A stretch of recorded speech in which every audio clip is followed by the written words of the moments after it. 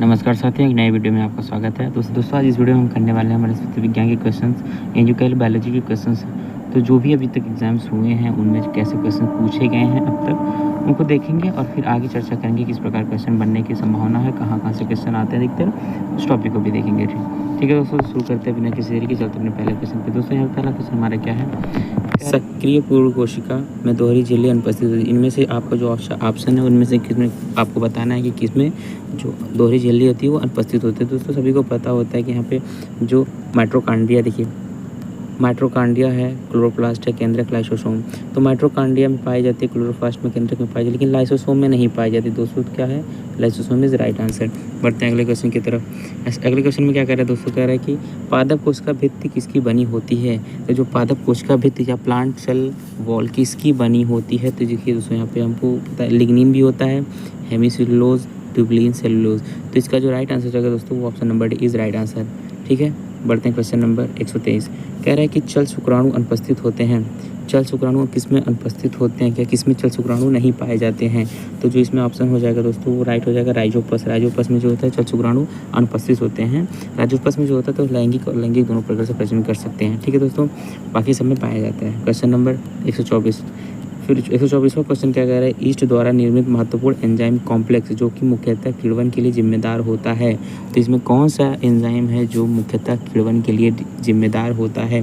तो इसमें जो राइट आंसर होगा दोस्तों हो जाएगा आपका number option number D is right answer. जाइमेज enzyme आपको फर्मेंटेशन के लिए बहुत ही उपयोगी होता है। फिर बढ़ते हैं अगले क्वेश्चन नंबर 125। क्वेश्चन नंबर 125 में कह रहा है कि फ्यूनेरिया की स्त्रीधानी संरचना पाइनस की स्त्रीधानी संरचना से किस प्रकार भिन्न है। मतलब कि फ्यूनेरिया और जो आपका पाइनस, इसमें आपको डिफरेंस बताना है। तो आपको ऑप्शन इसमें ढूंढना है, आपको उसको टिक करना है। तो इसमें जो ऑप्शन हो जाएगा दोस्तों हो जाएगा आपको समृद्ध अंडथा। जो समृद्ध अंडथा होता है इसकी वजह से फ्यूनेरिया और स्त्रीधानी संरचना में डिफरेंसेस पाए जाते हैं। बढ़ते हैं अगले क्वेश्चन की तरफ। 100 नंबर क्वेश्चन है 126वां में 126 क्वेश्चन कह रहा है कि संवर्धन माध्यम में ठोस पकाने के लिए अगार का उपयोग किया जाता है, जिसे प्राप्त किया जाता है। तो अगार प्राप्त किया जाता है, किससे प्राप्त किया जाता है दोस्तों, इसका जो राइट आंसर हो जाएगा वो gelidium. Option number B is right answer. बढ़ते हैं क्वेश्चन नंबर 127। 127वां क्वेश्चन में क्या कह रहा है कि अनावृत बीज की पत्तियों और तने की युवा विभाज्योतिक कोशिकाओं में 16 गुणसूत्र होते हैं। उसी अनावृत बीज के ब्रूड पोस्ट में गुणसूत्रों की संख्या होगी। तो इसका जो राइट आंसर हो जाएगा दोस्तों वो option number D is right answer. बढ़ते हैं क्वेश्चन नंबर 128 में कह रहा है कि युवा वृष्टि का अधिकतम अनुपात क्या होता है। युवा वृष्टि का अधिकतम अनुपात क्या होता है दोस्तों, आपको बताना है कि युवा वृष्टि मतलब से दोस्तों कि जो आजकल बहुत अधिक जो जन्म दर हो गई है और मृत्यु दर कम हो गई, तो इसमें पूछ रहा है आपको किस में होती है। तो इसका जो राइट आंसर हो जाएगा वो विस्तृत समष्टि is right answer. Option number A is right answer. ठीक है दोस्तों, बढ़ते हैं क्वेश्चन नंबर 129वां क्वेश्चन में क्या बोल रहे हैं, कह रहा है कि ऐसा पोषक पदार्थ जो पादपों के लिए आवश्यक नहीं है अपवाद में आपको फेबेसी दी या फेबेसी फैमिली के लिए, परंतु जंतुओं में ज़रूरी है तथा इसकी कमी से व्यक्ति को एनीमिया हो जाता है, साथ ही विटामिन B12 की कमी हो जाती है, समाकलित अंग है। तो इसमें बताना है किसकी वजह से। तो इसका जो राइट आंसर हो जाएगा दोस्तों वो option number C is right answer. Cobalt की वजह से ही ऐसा हो सकता है कि जिसको कोबाल्ट में क्या होता है दोस्तों कि पौधों को आवश्यकता उतनी होती नहीं है, और लेकिन हमारे लिए क्या होता है थोड़ा सा विटामिन B12 में पाया जाता है। विटामिन B12 को साइनोकोबैलामिन के नाम से भी जाना जाता है, जिसमें कोबाल्ट की प्रेजेंस होती है। बढ़ते हैं क्वेश्चन नंबर 130 में कह रहा है कि कुछ पादप मृदा से नाइट्रोजन प्राप्त करते हैं। जो पौधे होते हैं वो मृदा से नाइट्रोजन प्राप्त करते हैं। तो इसमें कैसे प्राप्त करते हैं आपको ऑप्शन दे दिया है यहाँ पे। आपका जो ऑप्शन होगा देखिए इसमें कह रहा है कि नाइट्रोजन के 6 रूपों में NO3, NO2, N2O2, NH2, NH2O2, CNH3 ऑक्सीकरण संख्या +5 से -3। तो इसमें जो राइट आंसर हो जाएगा दोस्तों वो हो जाएगा आपका option number C is right answer. जो नाइट्रोजन के 4 रूप से होता है NO3, NO2, N2, NH2OH, NH3। इन चारों रूप जिसकी ऑक्सीकरण +5 से -3 होती है। ठीक है दोस्तों, अगले क्वेश्चन है। अब यहाँ पे कह रहा है कि जो प्रारंभिक नग्न प्राकृतिक क्षेत्र के प्रभावी विकासशील समुदाय से प्राकृतिक परिवर्तनों की श्रृंखला को किस नाम से जाना जाता है। इसका जो राइट आंसर हो जाएगा दोस्तों क्या हो जाएगा आपको, प्राथमिक स्वपोषी अनुक्रमण। प्राथमिक स्वपोषी अनुक्रमण के ही नाम से जाना जाएगा। प्रारंभिक है तो प्रारंभिक की प्राथमिक में स्वपोषी के अनुकरण नाम से जाना जाएगा। बढ़ते हैं क्वेश्चन नंबर 132 कर अबस्कुलर माइकोराइजा कवक एवं अन्य पादपों के साथ सहचर्य कहलाता है। तो जो ये इसके साथ जो सिम्बियोसिस दर्शाता है इसको क्या बोलते हैं दोस्तों, तो इसका जो राइट आंसर हो जाएगा वो दोस्तों हो जाएगा सहपरोपकारिता बोलते हैं इसको। इसका option number C is right answer.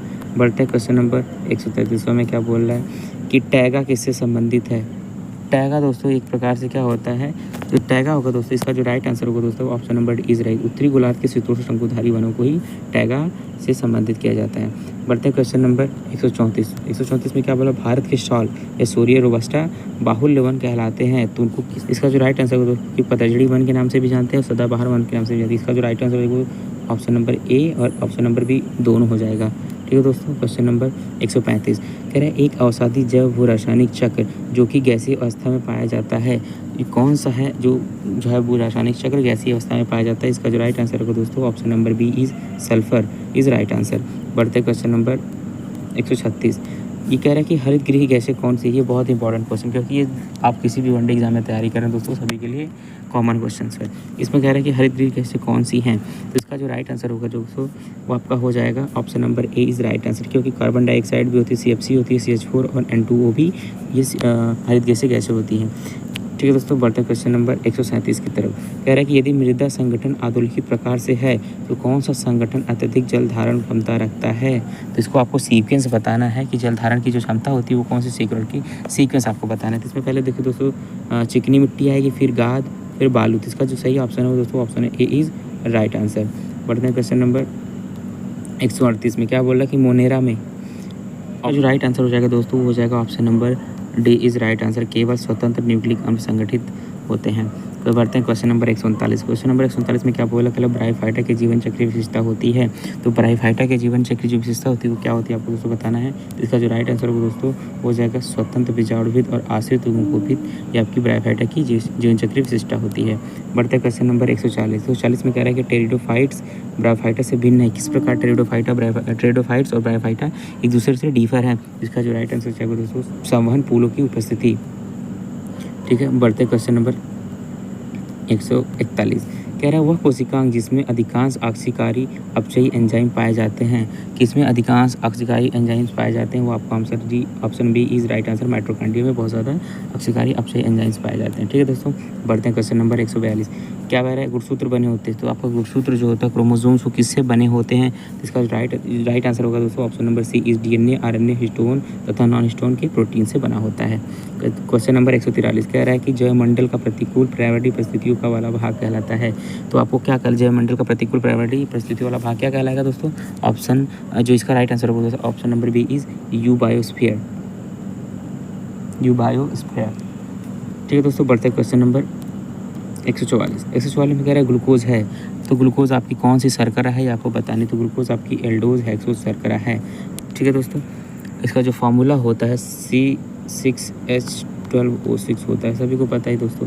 बढ़ते हैं क्वेश्चन नंबर 145। यहाँ पे कह रहा है कि इलेक्ट्रॉन स्थानांतरण के समय NADH पॉजिटिव तथा FADH2 के द्वारा ATP अणु बनते हैं क्रमशः, तो कितने अणु बनते हैं ये आपको बताना है। इसका जो राइट आंसर हो दोस्तों ये है ऑप्शन नंबर ए 3 और 2 आपका मॉलिक्यूल्स ATP के बनते हैं।